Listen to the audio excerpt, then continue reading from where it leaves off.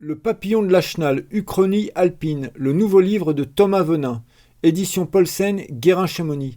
Soirée Guérin-Chamonix avec Thomas Venin et Lorraine Berger-Afanasieff. Bonsoir, merci d'être là pour accueillir ce soir Thomas Venin pour son nouveau petit livre, Le papillon de la Chenal. Mais Thomas, vous devez déjà le connaître, les grands habitués de chez Guérin Paulsen, parce qu'il nous a écrit un super petit livre qui s'appelle La dent du piment. La dent du piment, tu peux le résumer en deux mots? C'est les grandes dates de l'histoire de l'alpinisme. J'en ai, je sais plus, 100, 200, je sais plus. Oui, c'est les grandes dates de l'alpinisme. Ouais. Résumées en quelques lignes avec un peu d'humour, quoi. Beaucoup d'humour.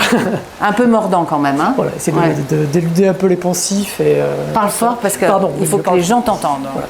L'idée, c'était d'éluder un peu tous les poncifs de l'histoire de l'alpinisme et de faire un truc un peu plus mordant que Frison Roche, quoi. Voilà. Mais c'est très sympa à lire. Et tu sais qu'il y a des stagiaires de l'ENSA qui viennent l'acheter parce que comme ça, ils se rappellent, comme ils doivent connaître l'histoire de l'alpinisme. Ah, oui. Ça fait partie. Je m'en sers souvent aussi pour mes chroniques. Ça fait partie du cursus. Et du coup, ils l'achètent pour garder en mémoire, même si tu te moques un peu de tout le monde dedans, au moins on s'en souvient. Hein? C'était l'idée. Et puis tu as écrit aussi Autour du sommet des dieux. Oui, sur le livre making-of du film d'animation Le Sommet des Dieux. Ouais. Donc j'espère que vous l'avez tous vu parce que c'était un super film. Ouais, sympa le film. Ouais. Film d'animation. Voilà. Et puis Les Hallucinés aussi. Et Les Hallucinés, j'ai oublié Les Hallucinés, bien sûr. Je me semblait bien qu'il y en avait un autre. Donc c'est ton 4e livre chez nous. Le 4e, ouais. Et en ce moment, il y en a un autre en préparation parce que ce qu'il faut dire quand même, c'est que Thomas, il a une mémoire phénoménale. On ne dirait pas comme ça parce qu'il a une grosse tête en fait. Il se souvient de tout.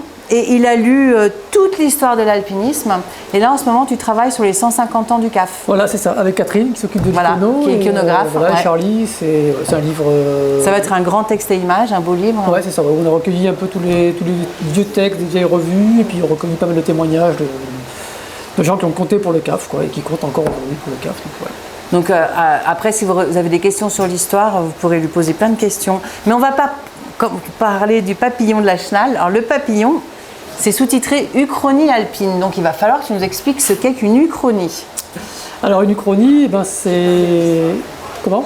Changer le cours de l'histoire. Exactement, c'est changer un détail de l'histoire pour en écrire une autre. Voilà, donc y a... C'est une fantaisie littéraire. C'est une fantaisie littéraire qui a... Un peu comme de la science-fiction, sauf que tu parles... c'est un genre littéraire même. Ouais. Le plus connu, c'est peut-être, je sais pas, Le complot contre l'Amérique de Philippe Roth, qui est un grand classique, où il imagine c'est comment l'aviateur là, qui devient président des États-Unis. Son nom. Lindbergh. Lindbergh qui devient président des États-Unis. Et, voilà. Ils en ont fait d'ailleurs une série, ouais. Ouais, peut-être.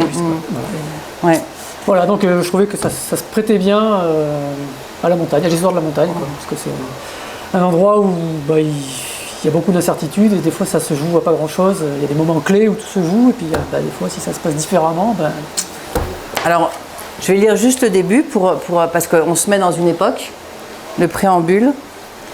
Dans les années 1950, les grandes puissances mondiales se sont livrées à une compétition farouche pour la conquête des 14 sommets de plus de 8000 mètres que compte la chaîne himalayenne. Épiant les faits et gestes de ses concurrentes, chacune des nations ayant pris part à cette drôle de course à très haute altitude a tenté de tirer son épingle du jeu pour gagner prestige, grandeur et sentiment de domination, comme jadis pour la conquête des pôles ou plus tard celle de l'espace. Pendant 10 ans, il s'est joué là-haut une histoire invraisemblable, homérique, pleine d'aventures, de découvertes, de joies, de tempêtes et de drames, de rebondissements aussi, avec quelques si, comme un pied qui glisse, un pont de neige qui s'effondre, une prise de décision au moment fatidique ou un battement d'ailes de papillon. Cette épopée gravée dans le marbre des livres d'histoire aurait pu autre. Ça, c'est l'idée. Avec un si, un petit si.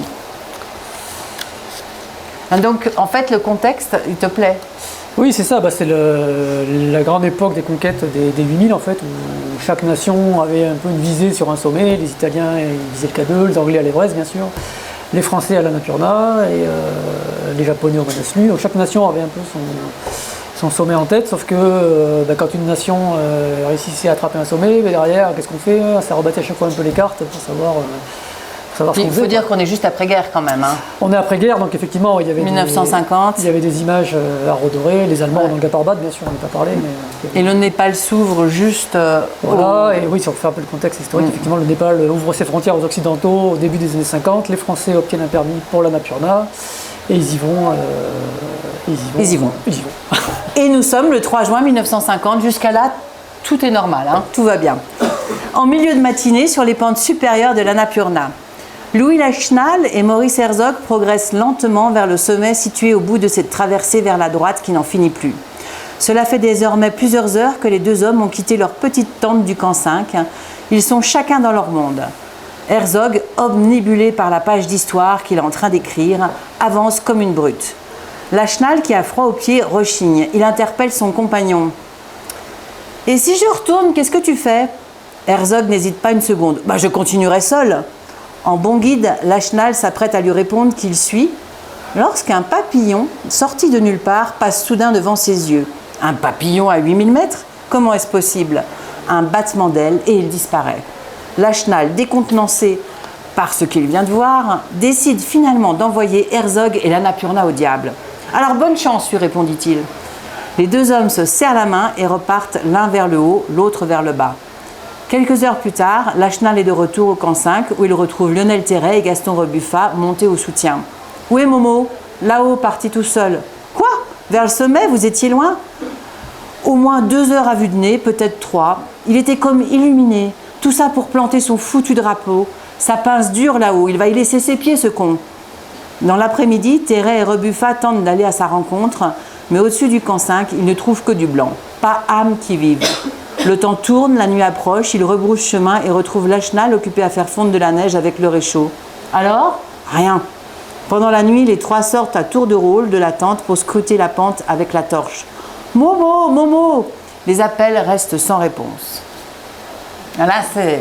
Voilà. On rentre dans le vif du sujet. Ouais, donc en fait, ça bifurque au moment du papillon, parce que la conversation en fait, entre Lachenal et Herzog, elle a existé. Ils se sont vraiment parlé à ce moment-là. Ils étaient vers 8000 mètres, je crois, vraiment près du sommet.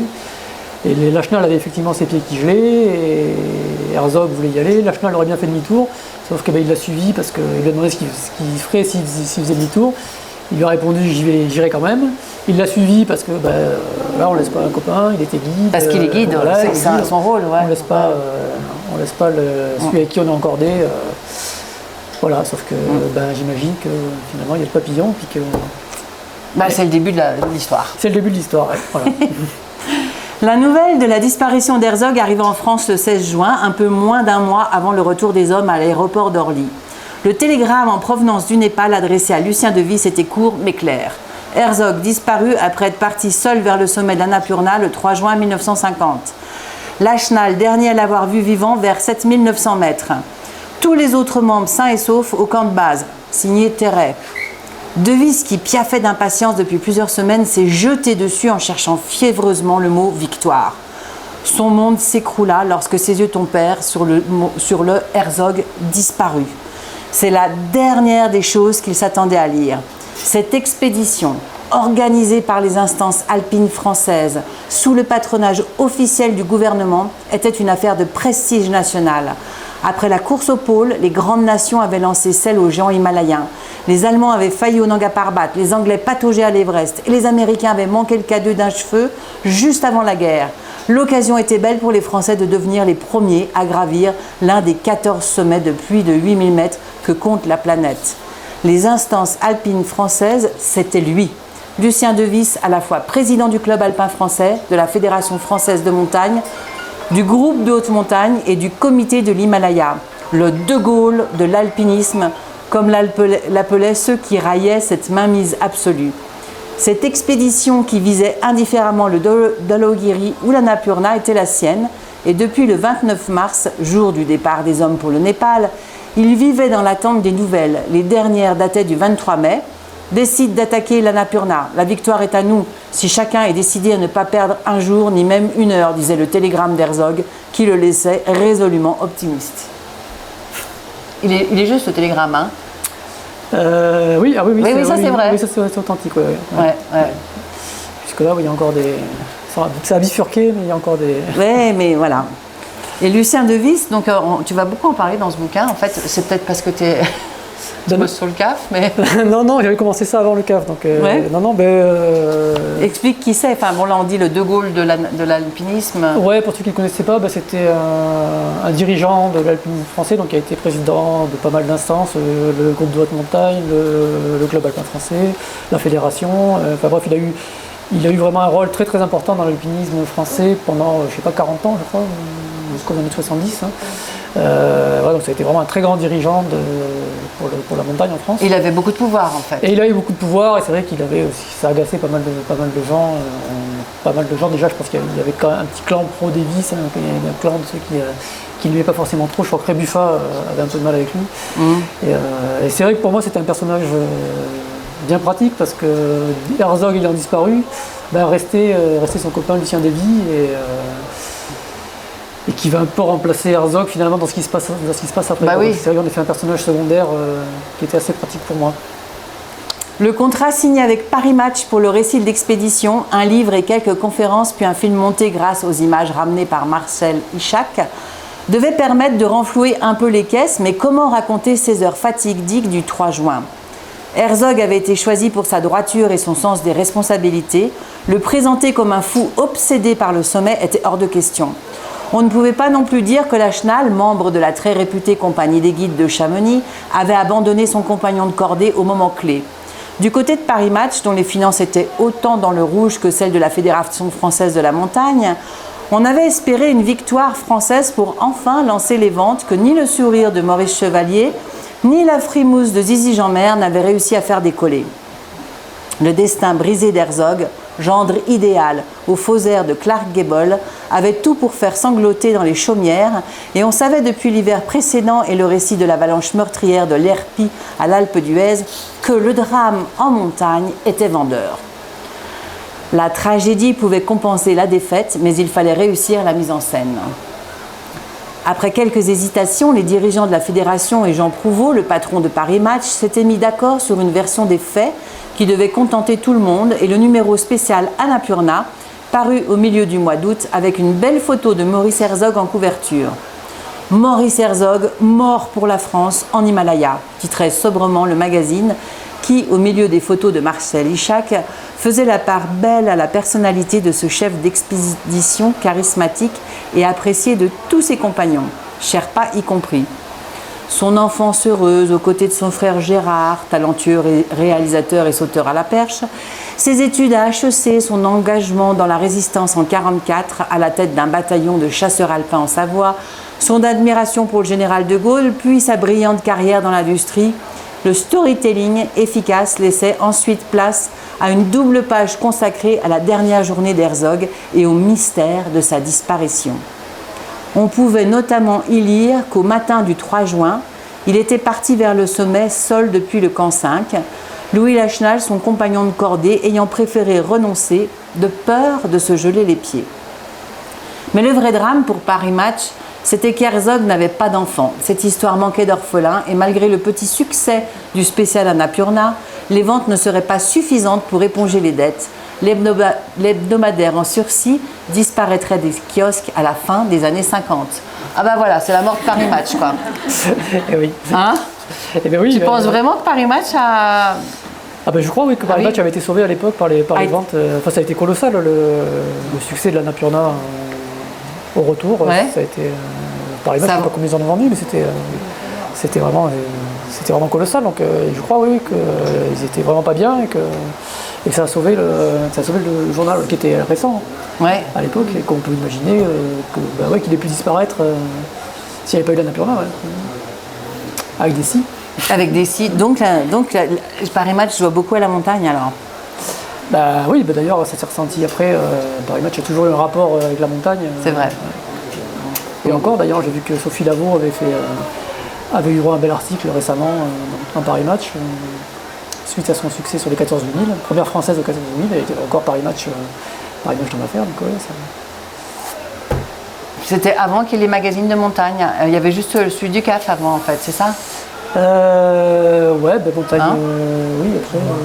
J'imagine, hein, ouais, c'était les seuls à relater ça. Ouais, hein. c'est vrai, ouais. Les seuls, ouais. Après, c'est quoi? C'est Alpirando Oh, c'est beaucoup plus tard. Hein. Ouais, enfin, 70, dans les années 70, ouais. Détective Ah oui. Ah ouais. Deux articles dans des vieux détectives. Ah oui, Ah ouais, ouais. Ah ouais. Après, si Le Monde et tout ça, les grands quotidiens nationaux relataient les grandes épopées, quoi, vraiment les trucs. Comme quoi, marquants. on ne se rend pas compte à quel point, des fois, des petits trucs hein, Ah oui. peuvent changer les choses. Depuis ce funeste 3 juin 1950, se posait tout de même une question qui avait une importance. Se pouvait-il qu'Herzog ait atteint le sommet avant de perdre pied à la descente? Il était évidemment impossible de le savoir, mais depuis quelque temps, la question animait les discussions entre les membres du comité de l'Himalaya. Dans son récit, Lachenal disait avoir fait demi-tour quelque part au milieu de la grande traversée vers la droite, mais il était difficile de savoir à quelle altitude il était exactement. La distance qu'Herzog avait encore à parcourir jusqu'au sommet était l'une des principales interrogations, mais une chose était sûre, la route était encore longue et périlleuse jusqu'après la longue traversée. On devinait un grand couloir glacé qui menait vers l'arête sommitale. Il se pouvait même que le sommet soit situé loin sur cette arête et l'oblige encore à une belle escapade aérienne à plus de 8000 mètres d'altitude. Le cas d'Herzog n'était pas sans rappeler celui de l'Anglais Mallory et Irvine, disparus 26 ans plus tôt sur l'arête nord de l'Everest, sans que l'on sache si oui ou non ils avaient pu atteindre le sommet avant de disparaître. La Seconde Guerre mondiale, puis la fermeture des frontières tibétaines, avaient mis un terme aux palabres, mais en Angleterre, le mystère avait longtemps passionné les foules. Et ça continue. Ça continue, ouais. Lucien de Vis lui-même avait lu tout ce qu'il avait pu sur le sujet et n'avait même pas manqué de faire le parallèle avec Herzog. Car après les premiers récits parus dans la presse, était venu le temps de se pencher sur le livre dont les ventes devaient, autant que faire se peut, renflouer les caisses du comité. Chez les Anglais, c'était Edward Felix Norton, auteur d'une belle percée en solitaire jusqu'à 8570 mètres d'altitude, qui avait écrit le livre officiel de l'expédition de 24, intitulé « The Fight for Everest ». Mais l'Annapurna n'était pas l'Everest, et pour accrocher le public, De Vis avait dans l'idée d'axer le récit sur la personnalité d'Herzog et le mystère de sa disparition, jusque dans le titre du livre « Annapurna, premier 8000, point d'interrogation ». Oui. Tu te fais plaisir, hein. Ça me fait Tu joues plaisir, sur c'est les... vrai. Bon, c'était l'idée de se faire plaisir, voilà.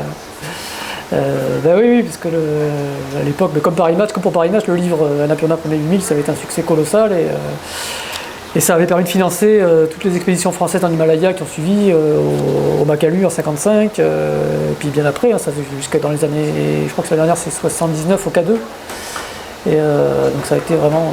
En plus, c'était un livre qui avait été vendu dans toutes les langues, qui a été dans le traduit monde à des entier. millions d'exemplaires, oui, c'est vrai, c'est un des plus grands... Combien d'exemplaires? Je ne sais plus, plusieurs millions. Hein. Plusieurs millions Ouais, c'est un d'exemplaires. succès Vous colossal. imaginez un peu la fortune de la FFME, quoi. Et oui, c'est ça, donc effectivement, on peut imaginer que sans ce succès-là, les caisses de la Fédé sont vides, quoi. Donc ça, encore une fois, ça change l'histoire pour la suite. Comment on repart en Himalaya si on n'a pas les sous, puisque toutes les nations faisaient ça, hein. Ils allaient faire leurs expés, puis après ils vendaient des conférences, des livres, des films pour financer la suite, quoi. C'est comme ça que ça marchait à l'époque. Et c'était même le trésor de l'Annapurna, on appelait ça, à l'époque. Le trésor de l'Annapurna. Ouais. Ouais. Oui, qui a vraiment rempli les caisses pour des décennies, quoi. Et si vous avez des questions entre-temps, n'hésitez pas. Hein. Ah ouais. excusez-moi, vous pouvez parler légèrement plus fort? Je peux parler plus fort. Il a du mal, il a beaucoup de mal. Hein. Et un peu moins dans ma barbe, peut-être. Ouais, ce serait bien, ouais. Je vais essayer. Est-ce qu'il y a le bruit du ventilo? Ah oui, oui. Vous voulez qu'on l'éteigne, le ventilo? Et ça, c'est pour faire un peu Himalaya. Attendez, on va le baisser, si j'y arrive. Faut que je me mette devant. Mais si j'éteins, vous allez avoir très chaud, mais je vais... Là, ça va, comme ça. Allez. Eh bien, on va continuer parce que du coup, donc, ils n'ont plus de sous, ils n'ont plus rien, mais il faut bien prendre une décision, il faut avancer, il faut avancer. C'est qu'on va arrêter, ouais. Parce qu'il n'y a toujours pas eu de 8000 qui ont été faits. Personne n'a réussi Et encore. oui, du coup, parce qu'effectivement, ouais. l'Annapurna, c'était le premier 8000 et voilà. Donc la guerre continue, entre guillemets. Ouais, la course continue. La course continue. Dans son bureau parisien, Lucien de Vis était comme un lion en cage, insatiable, travailleur, dévoué corps et âme à ses activités de dirigeant, de chroniqueur et d'éditeur de topo. Il était plus que jamais décidé à donner de sa personne pour lancer une nouvelle offensive d'envergure en Himalaya. L'hypothétique réussite d'Herzog à l'Annapurna ne pouvait de toute évidence pas compenser ses rêves de victoire en bonne et due forme. Il avait monté tout ça en épingle pour donner du souffle aux conférences et aux livres à paraître, quand bien même on retrouverait son corps congelé au sommet, ce qui lui paraissait totalement inconcevable. Un succès attesté des mois, voire des années après, n'aurait ni le même goût, ni le même retentissement.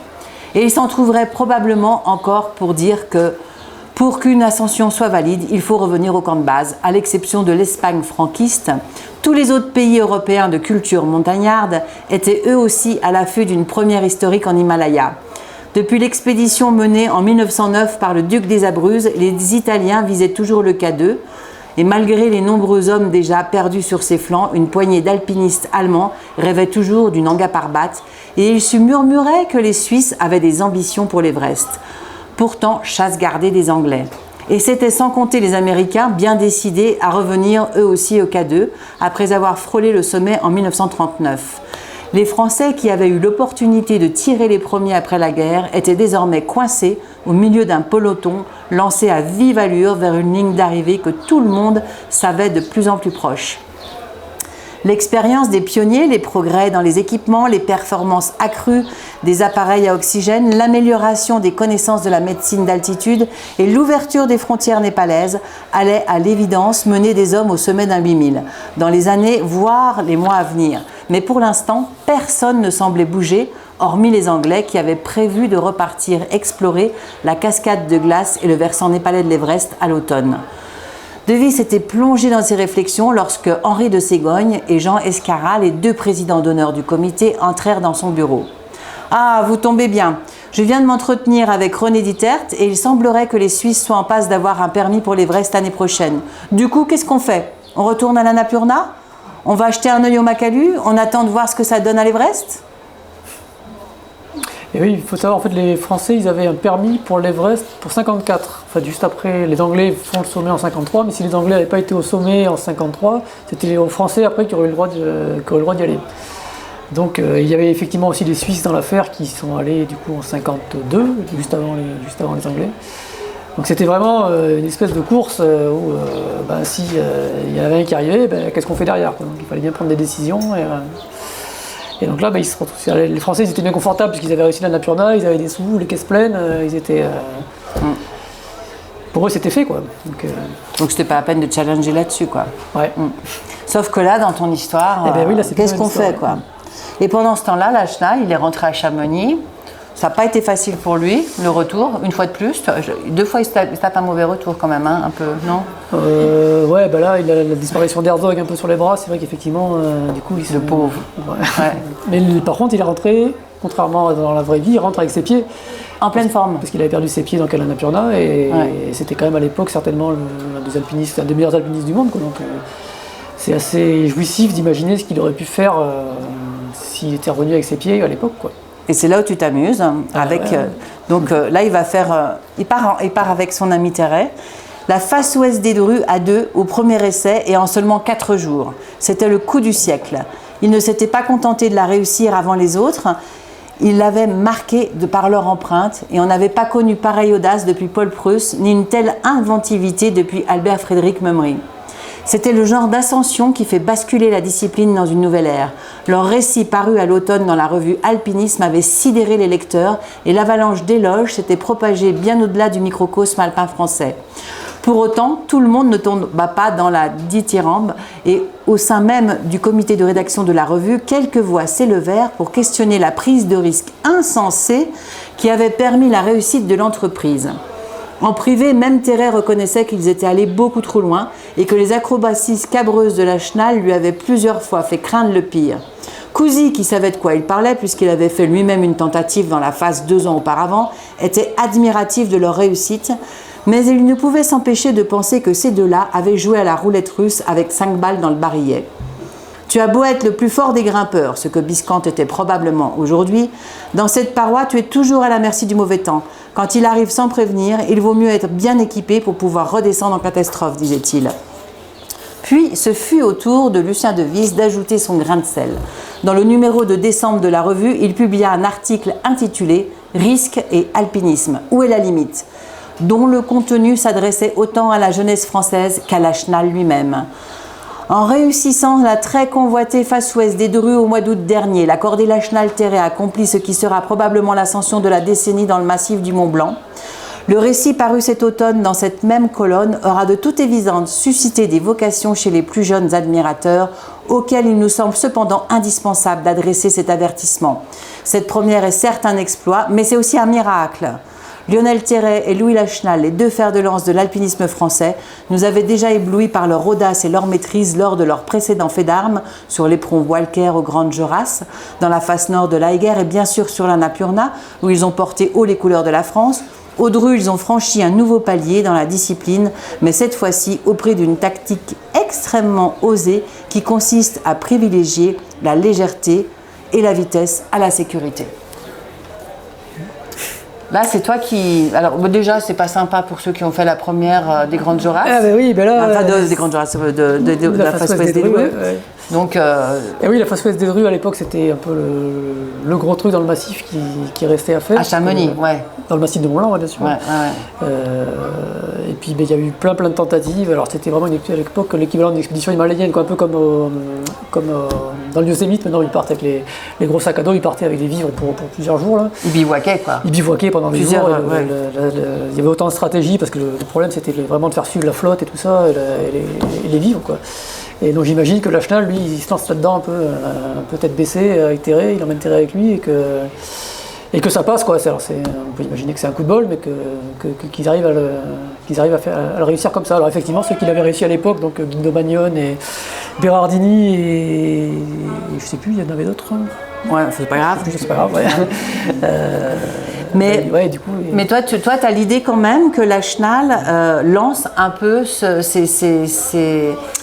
mouvement d'escalade libre, léger, parti. Ouais, mais moi j'imagine que c'était vraiment un mec à part, quoi, et qu'il avait peut-être au fond de lui la capacité de changer un peu la donne. Il y a souvent quelques personnages clés vraiment dans l'histoire qui ont fait évoluer la discipline, quoi, qui avaient un peu plus d'audace que les autres et qui ont fait que aujourd'hui on arrive en suivant leurs traces à faire des choses qu'on pensait pas possibles à l'époque. Et je pense que Lachenal il aurait été sûrement un peu comme ça, quoi. Terray aussi. Il est mort jeune aussi, Terray. Il a fait quand même des choses en Himalaya, mais c'est vrai que je pense que... Alors ce pauvre Lachenal, il n'a pas de chance parce que quoi qu'il fasse, il se fait toujours engueuler, quoi. Et là encore, Louis soupira de vis. Ce que vous avez réussi avec Lionel est inouï, mais c'est aussi notre rôle de mettre en garde ceux qui voudraient vous suivre sur ce terrain dangereux. Ça ne vous ferait rien de savoir que des jeunes gens se sont tués en marchant sur vos traces et vous ne pouviez pas m'en parler plus tôt avant de publier ça dans mon dos? Non, vous préférez me dénigrer publiquement comme vous l'avez fait après l'Annapurna.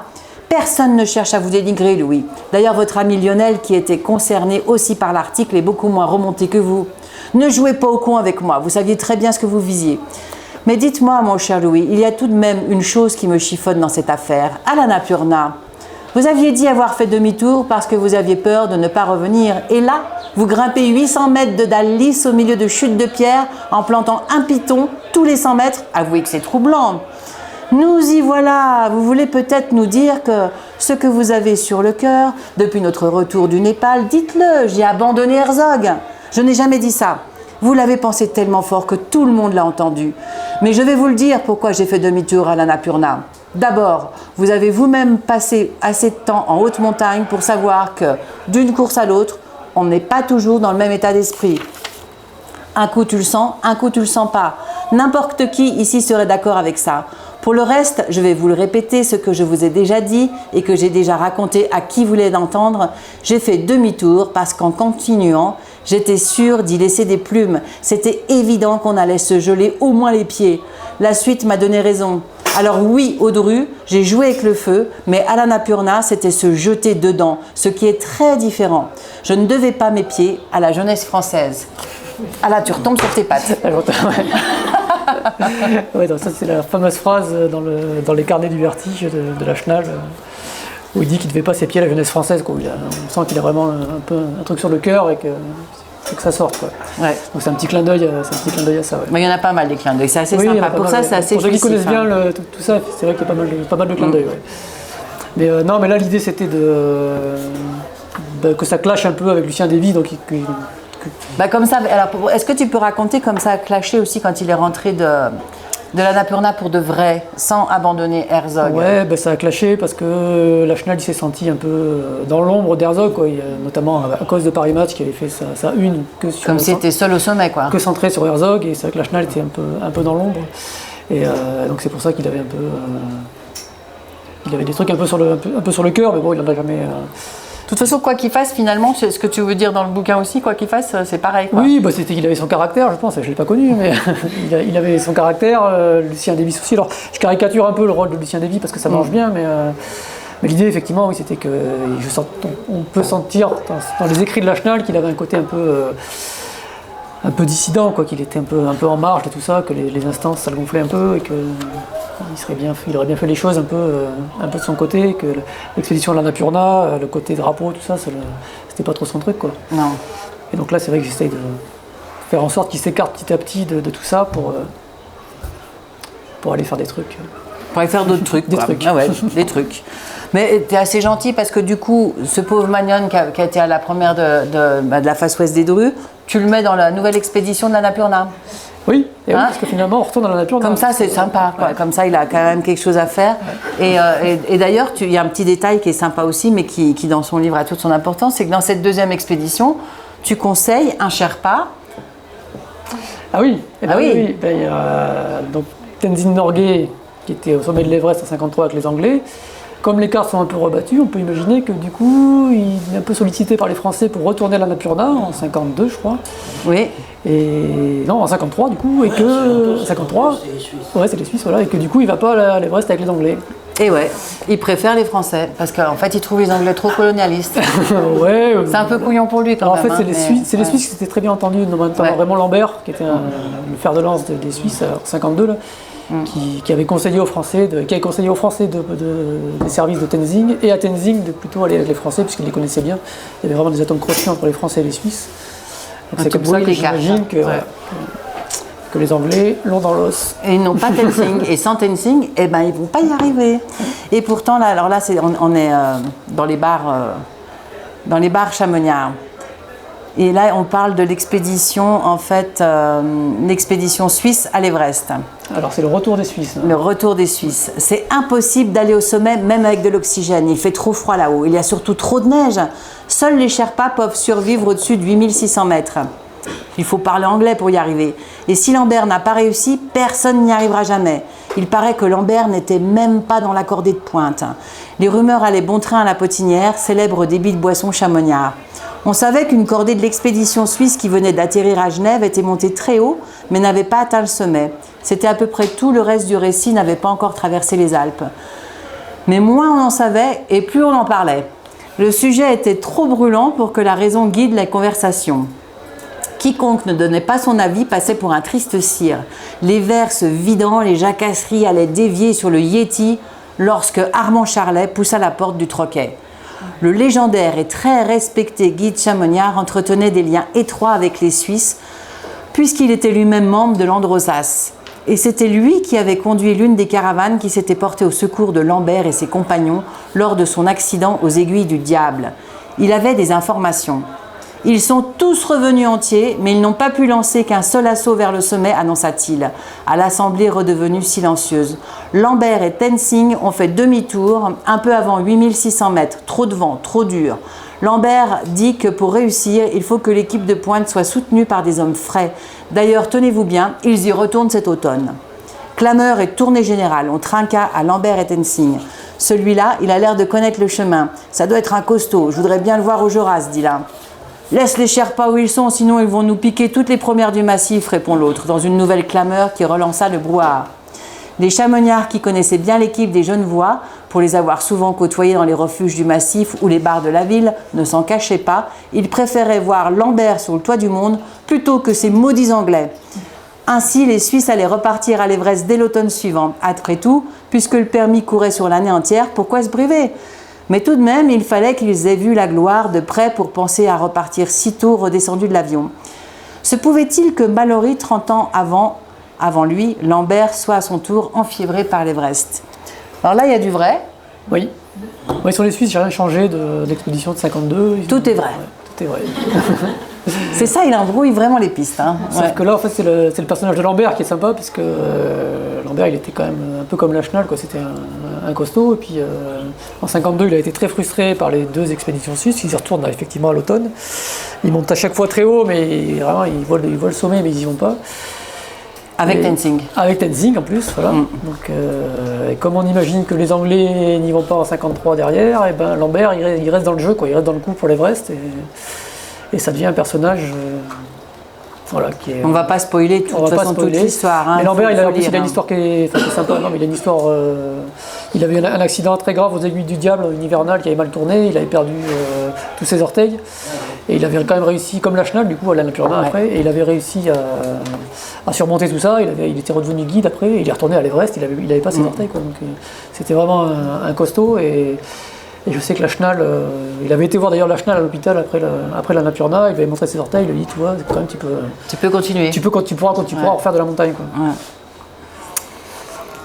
Donc c'est vrai qu'on peut imaginer une cordée Lambert-Lachenal faire quelques étincelles, quoi. Les pieds niqués. Ouais. C'est un mauvais jeu de mots. Niqués, quoi. Les pieds niqués. Bon, allez. C'est pas très beau. Bon, alors, on continue quand même. Ces pauvres Français qui sont repartis en expédition à l'Annapurna. Et là, c'est avec Magnon. Tu mets Franco en chef d'expédition. Oui, Franco qui était chef d'expédition du Macalou. Oui, voilà. C'est bien de... Donc là, on est en 53. Donc tu mets Magnon et Poincenot. Alors Jacques Poincenot, qui était lui de l'expédition Fitzroy en 52. Oui, il a perdu la vie, non? Il est mort à l'expédition Fitzroy, mais comme les cartes, encore une fois, ont été rebattues, on imagine que l'expédition n'a pas eu lieu. Ben non, ils n'avaient pas de sous. Ils n'avaient pas de sous, et que Poincenot est encore là. C'est sympa pour Poincenot. Voilà. Cet après-midi-là, Magnon et Poincenot étaient partis s'aventurer au-dessus du camp 3 pour reconnaître la suite de l'itinéraire. L'Annapurna leur avait offert une de ces journées brillantes et sans vent qui font de la vie en montagne un cadeau du ciel. Ils n'avaient ni chaud, ni froid, ni faim, ni soif et progressaient tranquillement vers le haut dans un paysage radieux. Tout était beau, à commencer par leur vie. Il était difficile de croire que cet endroit si doux pouvait en l'espace de quelques heures se transformer en un enfer impitoyable. Vers 15 heures, ils plantèrent un dernier piquet pour repérer le chemin, puis, satisfaits de leur bambée, décidèrent de s'en retourner vers le camp 3 en attendant la suite des opérations qui promettaient une tentative vers le sommet dans un futur proche. Ce qu'ils ne savaient pas, c'était que pendant qu'ils nageaient dans le bonheur, un gigantesque pan de neige s'était décroché dans la montagne pour s'en aller ravager le camp 3. À l'approche de ce qui avait autrefois été des tentes, Magnon, qui marchait en tête, se figea dans un juron. La coulée avait tout englouti. Seuls quelques débris difficilement identifiables émergeaient çà et là, en surface, personne. Y avait-il des hommes sous ce triste spectacle? Il n'en savait rien, puisque parti pour une simple reconnaissance au-dessus du camp, il n'avait pas jugé bon d'emporter la radio qui se trouvait maintenant enfouie sous des tonnes de neige, et il n'avait aucun moyen de contact avec les camps inférieurs. Comment retrouver d'éventuels survivants dans ce marasme qui s'étendait sur 1 km²? Ils passèrent une fébrile demi-heure à fouiller la zone sinistrée avant qu'une nouvelle question ne se pose. Où allaient-ils passer la nuit? La journée tirait à sa fin et ses tentes, duvets et équipements et bivouacs n'étaient plus de ce monde. Ils n'avaient pas d'autre choix que de descendre en vitesse au camp 2, malgré la nuit qui menaçait. Ils y arrivèrent exténués et transis peu avant minuit. En leur servant de réverbère, la pleine lune épargnée par les nuages leur avait sauvé la vie, ou tout du moins quelques phalanges. Les autres, inquiets du silence radio, n'étaient pas mécontents de les revoir arriver entiers, mais ils comprirent tout de suite que quelque chose s'était passé là-haut. Le jour même, une cordée de Sherpas avait fait un dépôt de charge au camp 3, avant de repartir illico vers le bas. L'avalanche avait dévalé dans leur dos après leur départ, sans qu'ils s'en rendent compte. C'était un miracle qui soulageait les consciences de Magnon et Poincenot, qui n'avaient donc laissé personne là-haut. Alors, est-ce qu'ils vont y arriver ou pas? Il faut lire le livre, quoi. Hein? C'est ça. Là, c'est un peu compliqué, on ne sait pas trop. Hein. Bah oui, on a un peu de suspense, quoi, savoir ce qui va se passer. Est-ce qu'ils vont y arriver? Est-ce qu'ils vont retrouver Herzog un jour? Oui, c'est ça. Alors, l'idée qu'Herzog ait quand même pu aller au sommet en 1950, puisqu'il disparaît, en fait, on ne sait pas vraiment ce qu'il est devenu, quoi. Ouais. Ça, c'est un peu un clin d'œil à l'histoire de Mallory et Irvine, les deux Anglais qui avaient disparu à l'Everest et oui. En 1924. Est-ce qu'Herzog aura un appareil photo sur lui? Voilà. Est-ce qu'Herzog, that is the question. Ça devient le nouveau mystère, enfin un de plus, du coup. dans l'histoire de l'alpinisme, quoi. Et oui. Et puis, D'ailleurs, j'avais eu l'idée- est-ce que les Suisses vont réussir? Est-ce que les Suisses vont réussir? D'ailleurs, j'avais eu l'idée au départ, enfin, je cherchais vraiment l'idée du truc, c'était l'Uchronie. Mais je cherchais au départ un point de départ justement, et je m'étais demandé s'il n'y avait pas moyen de partir de 1924 et d'imaginer que les Anglais soient allés au sommet à ce moment-là, Ah oui. ce qui aurait aussi changé l'histoire. Et puis, en fait, je suis revenu sur cette histoire de 1950 que je connaissais tellement bien en Mais fait. et c'est plus sympa en fait, on connaît mieux nous aussi. pour Ouais. nous Français, je trouve ça Ouais. plus sympa. Laissons les Anglais où ils sont. Ouais, et puis Hein. j'avais plus de documentation, il y avait tout ce qu'il fallait pour faire. Et puis alors, il faut dire quand même qu'à la fin du livre, tu expliques ce qui est faux et ce qui est vrai. Hein. Oui, ça fonctionne. Pour les gens qui se renseignent. Parce que, oui, ouais. Parce que moi aussi au début, je le disais, puis j'étais là, je tapais sur internet, tac, tac, attends, déjà c'est quoi? En feu croisé. C'est-à-dire que c'est un vrai travail de lecteur, parce que moi je ne connais pas du tout la montagne, et en fait, mais c'est vrai, Oui, dans la Palissy, voilà, on est oui, ici, voilà. et du coup c'est hyper intéressant, parce que du coup je me retrouve, par exemple quand j'ai lu le Crachat sur Herzog, je me retrouvais à faire l'inverse, c'est-à-dire à me dire, ok, alors si ça c'est faux, qu'est-ce qui est vrai, qu'est-ce qui est faux? Et du coup je suis partie chercher ce qui était vrai, et du coup de voir comment en fait ça a été transcrit, et c'est là où on retrouve bien la Chenal qui vraiment a été mis à l'ombre en vérité, et qui en fait est vraiment gardé en fait dans l'Uchronie comme ça, en étant toujours un peu La un bête maillon noire, libre, hein. un maillon libre, et qui n'était pas apprécié parce qu'il osait dire des choses par rapport aux instances de l'époque. Oui, je ne sais pas si c'était ça, c'était très complexe, hein, mais ce qui s'est passé à ce moment-là. Mais l'idée, c'était pas non plus de faire le héros qu'il n'a pas été à l'époque. Je pense que c'était vraiment plus complexe que ça, que c'était un personnage qui était peut-être un peu ambigu des fois, que ça ne matchait pas du tout avec le camp en face d'Herzog. Un électron libre. Ouais, donc c'est... Mais par contre, on ressent bien l'ambiance de l'époque quand même. Ouais, Parce que c'est des guerres qui se lancent tous entre eux. Là. Ouais, j'ai eu du mal à trouver. J'ai relu un peu Frison Roche, Maître Corday, tout ça, pour me réimprégner, même si c'est pas tout à fait la même époque, mais me réimprégner de la vie, notamment dans les bars charbonnières, parce que je pense qu'il y a pas mal de trucs qui se sont joués dans les bars. Dans les bars. Ah oui, quand même. Et ouais, on grimpe, et puis après on boit une si. bière, et là on fait des projets pour la suite, et c'est là quand même que c'est nous un peu les cordées, tout ça. Et je pense qu'à l'époque, on est toujours. J'en ai croisé tout à l'heure en bas. Là, oui, il y a encore, bien sûr. L'alpinisme français boit des bières, sachez-le. Donc, non, ouais, je pense que j'essaie de refaire un peu l'ambiance, mais pas facile de retrouver des Frison Roche, sur les témoignages de l'époque. Et Rebuffa aussi, à un moment. Alors, Rebuffa, ça me fait rire parce que déjà, tu m'as vraiment fait mourir de rire là-dedans, dans La Dent du Piment, parce que Rebuffa, c'est l'homme qui fait toujours la tête parce qu'il porte un pull qui gratte, que sa femme a tricoté. C'est sa femme qui lui a tricoté ce joli pull, on le voit toujours en photo avec ce beau pull jacquard, et lui a promis de le porter tout le temps, et depuis, il fait la gueule parce qu'en montagne, ça gratte, quoi. Hein? Surtout quand il pleut, ouais. Surtout quand il pleut, ouais. Ça sèche pas vite. Et donc, la Rebuffa, là-dedans, le pauvre, alors... Et Rebuffa, il est perdu parce qu'Herzog a disparu, et que... ça lui pose un problème. Ça le perturbe, et du coup, parce qu'à Rebuffa, donc après 1950, il n'est jamais retourné, lui, en Himalaya. Il s'est contenté de son jardin du Mont Blanc. Et là, j'imagine que ça le perturbe, qu'il aimerait comprendre, et que du coup, il y retourne, quoi. Il y retourne, ouais. Et que pour y retourner, le seul moyen d'y retourner, c'est de suivre les instances, et avec lesquelles il n'était pas non plus en face, du coup, il n'aimait pas trop les drapeaux non plus. Mais que, du coup, il y retourne, et il fait partie de l'expédition de 53, et voilà, il a un rôle un peu secondaire, parce que ça, lui aussi, finalement, était un peu un électron libre. Ouais. Ah ouais. Voilà. Mais la Chenal, il y retourne pas. Pas là, plus rien, non. Eh ben non. Parce qu'il n'est pas il n'est pas bien avec Devise, justement, à cause déjà aussi de cette histoire de...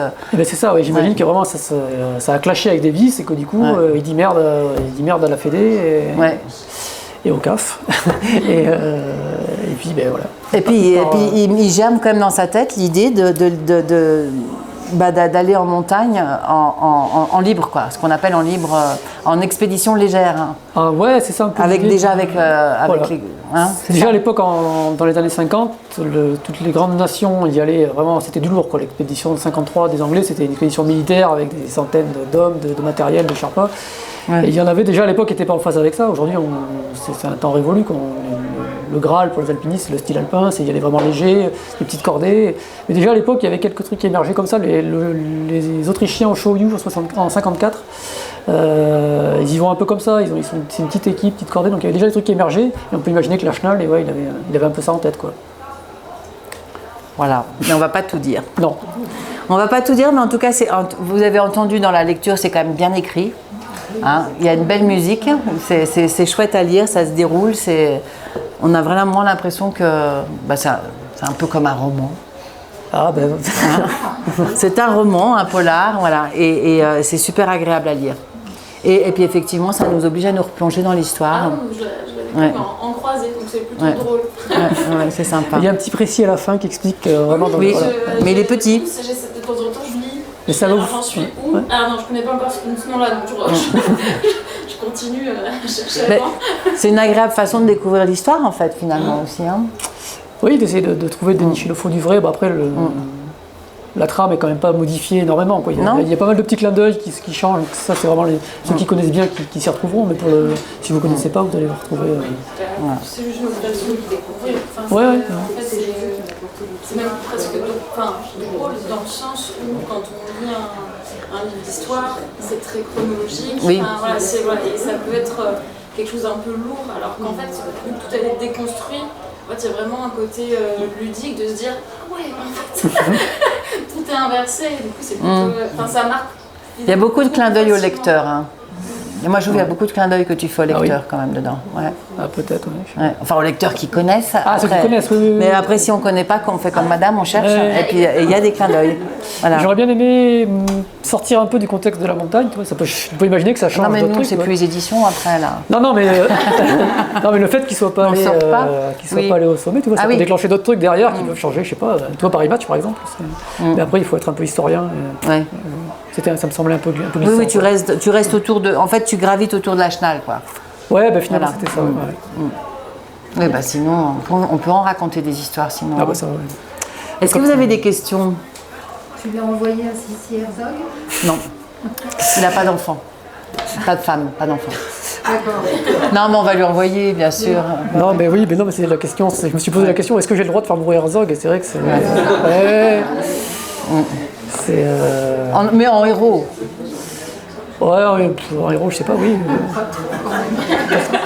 Ah, il faut le lire. Il faut lire, ouais. Il faut lire le livre. Non, je sais pas, c'était...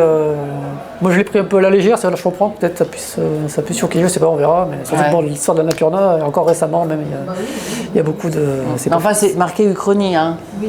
Uchronie. Oui, mais tu vois, par exemple, le personnage de Lucien Davis est central dans le livre, tu vois, mais c'est... J'ai peut-être caricaturé, tu vois, parce que ça m'arrangeait pour le scénario.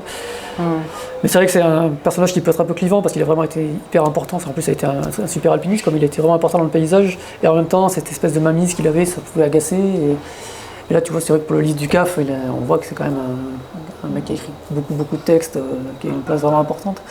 Et là, c'est vrai que je le suis. C'est un peu le. Ah bah là, il n'a pas le beau rôle, quoi. Non, là, il est toujours en colère parce qu'en fait, c'est lui que tu titilles, quoi. À chaque fois qu'il faut un truc, tu. Ah oui, en 1950, il avait eu. Pour lui, c'était la gloire, quoi. Ouais. Du coup, c'est vrai que ça se casse un peu la gueule, quoi.